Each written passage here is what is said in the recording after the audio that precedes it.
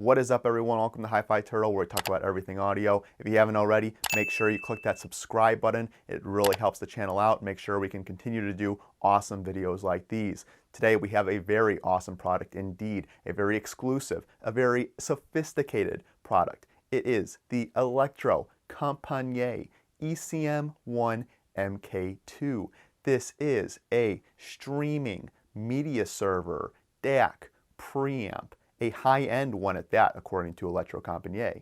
And don't you just feel high-end, sophisticated, maybe even fancy, saying Electrocompaniet? I know I do. That's why I dressed it up a little bit today instead of my usual band t-shirt or audio meme shirt. For those of you who don't know, Electrocompaniet is a very well-known and respected brand in the audio space. I believe they are celebrating their 50th year in business this year. So a testament to the long-standing time and brand of Electrocompaniet. While better known for their integrated amplifiers or power amplifiers, Electrocompaniet has certainly been making digital products for a very long time, which brings me to my first kind of annoyance with this product is that this is the ECM MK2 with the Roman numeral 2, not the number 2. It is my understanding that there was an ECM MK2 from the early 2000s, but with the number 2, not the Roman numeral 2. This is the new ECM MK2 with the Roman numerals, because the one from the early 2000s certainly did not support streaming and certainly did not support Spotify, Tidal, and Qobuz. Like I said, this is a streaming DAC preamp. It does support all those music services as well as AirPlay 2 and Bluetooth. So if you're an Amazon Music or Apple Music user, you have those options that are available to you because there is no native compatibility with those two services. The ECM comes in at $5,700 US. It uses a series of Cirrus Logic chips for their DACs. Cirrus Logic, although not as popular as the ESS or AKM chips, they are certainly a serious contender in the high-end audio space, and Cirrus Logic is a very well-known, very respected, and very capable chip maker. Definitely saw a lot of high quality components put into this piece, such as Nichicon and Nippon Chemcon capacitors, as well as a Nortel toroidal transformer. Yes, this is a toroidal transformer, linear power supply that is powering this DAC. It is not your typical switching power supply that you see in a lot of other DACs. On the media server side of this piece, you do have the ability to put in your own hard drive. Now be warned, when you put the hard drive into the piece, it will format that drive. So don't load up your hard drive beforehand with all your music. Put it in because it's going to get wiped and formatted to the format that Electrocompaniet can use. Now you can use a 2.5 or 3.5 inch SATA drive. There is no support for NVMe or M2 slots, but I think that's absolutely fine considering that we are just playing music and we're not doing some crazy enterprise data crunching. And if you're a tech guy like me, you know that you have hard drives just laying around. I had a few Samsung SSDs that I wasn't using, so I took one and popped it in and it works perfectly. I would recommend an SSD instead of a hard disk drive or HDD because the SSD does not have any moving parts. The HDDs do, and that moving part can make some noise. While it is probably inaudible when listening to music, I think it's just better to just have no noise and no vibration being caused by that spinning disk inside of the machine. The network setup for this device was very straightforward and easy. To set up wireless, you first have to plug it into a Ethernet or wired connection, and then you can set up the Wi-Fi settings on the device and then unplug your Ethernet cord. This was very simple, very easy to do. I didn't feel like it was a labor-intensive process, and I think anyone could really do this at home. Which brings me to the Electrocompaniet ECPlay app. Now, as we've seen in the past, a lot of audiophile streaming devices, apps that are being developed, leave a lot to be desired. Some of these apps aren't necessarily made by the manufacturer themselves. They're just third-party apps that are just kind of slapped on in order to work and say, yep, it has streaming, look at that, it's a streamer.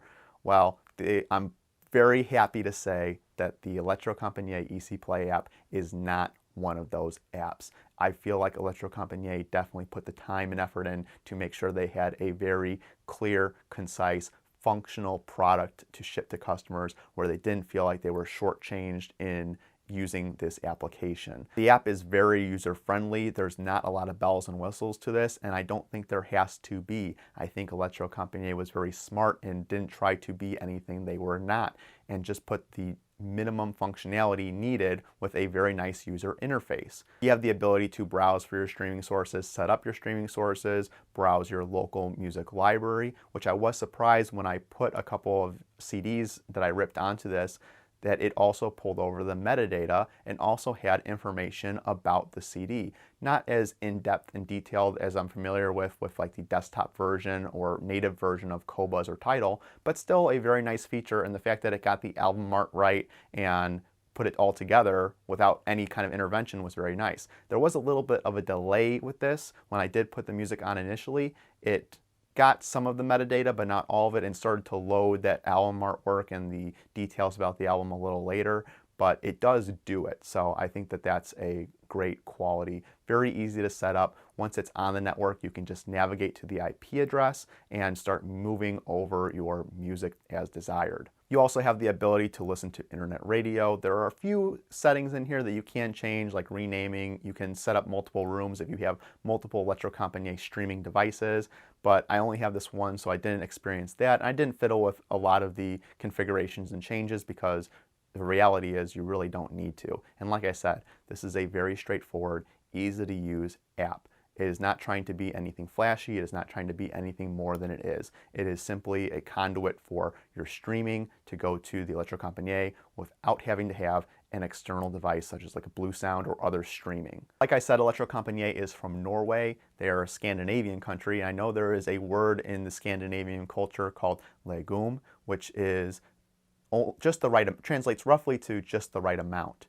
And I feel like Electrocompaniet is practicing this as well, because you see on the bottom that there are only 3 feet on this device. They are very substantial feet, but there are only 3 feet, which is, in the audio world, when I was introduced to Legom, this is the example that was given where instead of 4 feet on your component, you'd put 3, because you really don't need 4 feet. You only need 3 to stabilize the unit. So I think it's funny that this is also a Scandinavian product and has only 3 feet. So now that we've gotten the details out of the way, let me give you my initial impressions of the ECM1.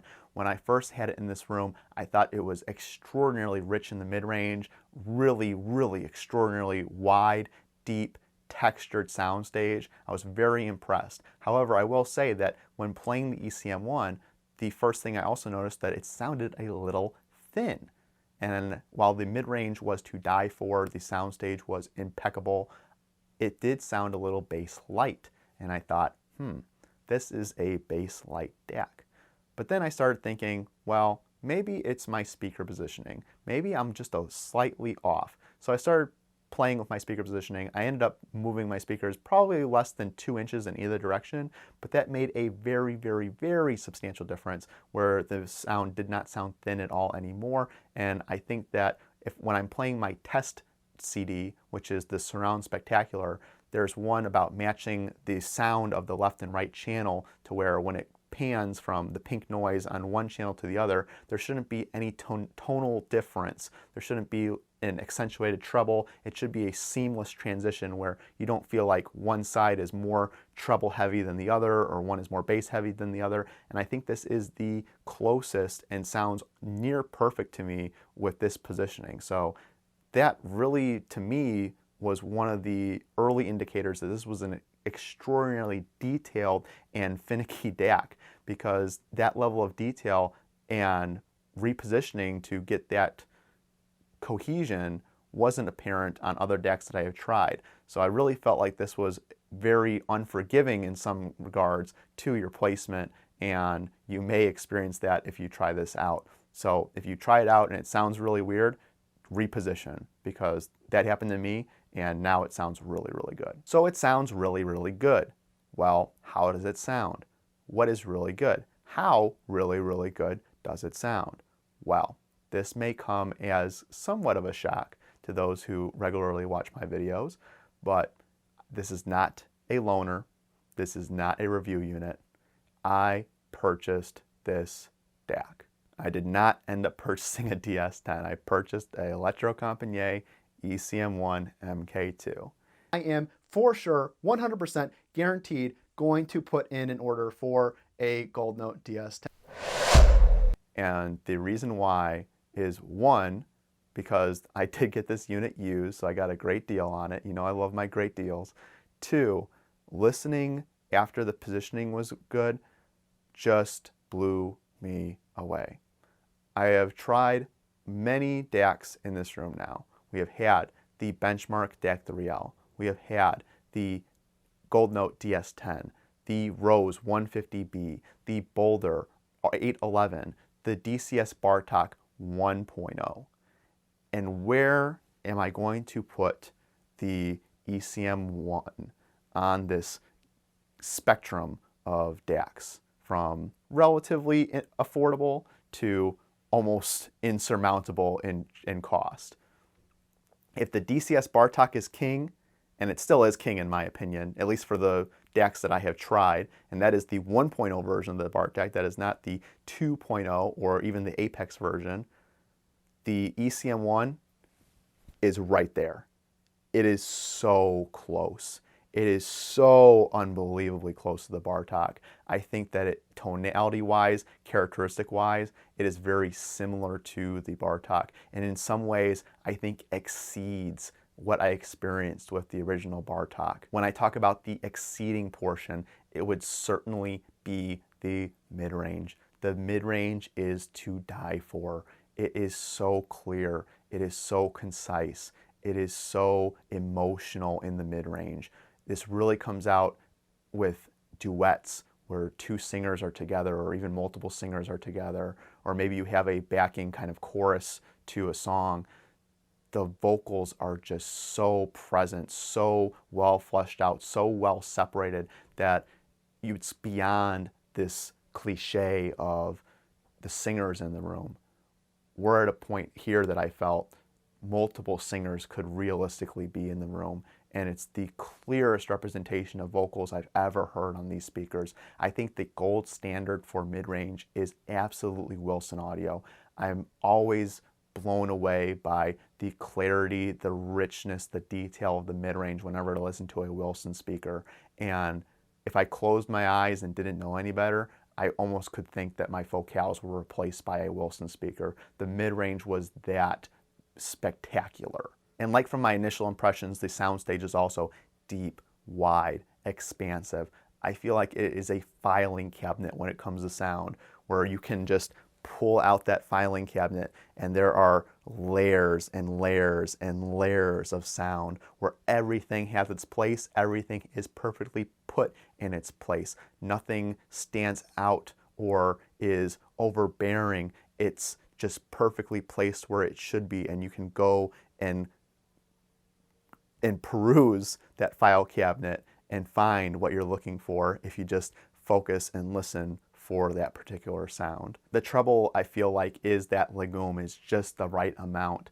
It is not overly hot, but it's an incredibly detailed treble where you feel that real timbre difference between even the most subtle of different cymbals and percussion instruments that generate that treble noise, or into the very high ends of vocal ranges. The detail and clarity that comes from that is absolutely stunning and spectacular. But I do feel like the treble can have that scalpel-like quality where when it's good, it is extraordinarily precision and exactly what you want, but on less than desirable quality recordings, that can definitely expose a lot of flaws and is certainly less forgiving than the DCS Bartok or the Gold Note DS10. However, to my absolute surprise, there were certain albums and certain songs that I thought were totally irredeemable that the ECM1 handled with such finesse and made me hear things I've really never ever heard before. I think the #1 example of this was Lorna Shore's Pain Remains album coming into late 2022. I was so stoked for this album. I was so excited. I knew that it was not going to be a Patricia Barber or a Diana Krall level kind of quality recording, of course, but I was really excited for the album, and while I still like the album and still like a lot of the music on there, it's hard to listen to because it is just a wall of sound. Their dynamic range does not exist. But to my surprise, listening on the ECM1, I heard so much detail in the symphonic pieces, in the individual parts of that song that I had never ever heard before. And I was so surprised that a song that I could feel like is the epitome of unideal recording sound so incredibly good and draw you in like that. So your results may vary when you think of a less than ideal recording and how it will sound on this because it's so detailed and analytical. Now, like I said in my initial impressions, I thought this was a bass light DAC. Now, I did fix the positioning where the bass is more present, more fully fleshed, very rich, but doesn't come off as overbearing. And there were certainly some times with a lot of other DACs, and especially I would say on my benchmark DAC 3L, where the bass could seem overpowering. This is again just the right amount of bass now. I feel like the tonality of the bass has changed, where the DAC 3 was very analytical, very fast, very aggressive on the bass, where sometimes you would almost feel like the bass was machine generated.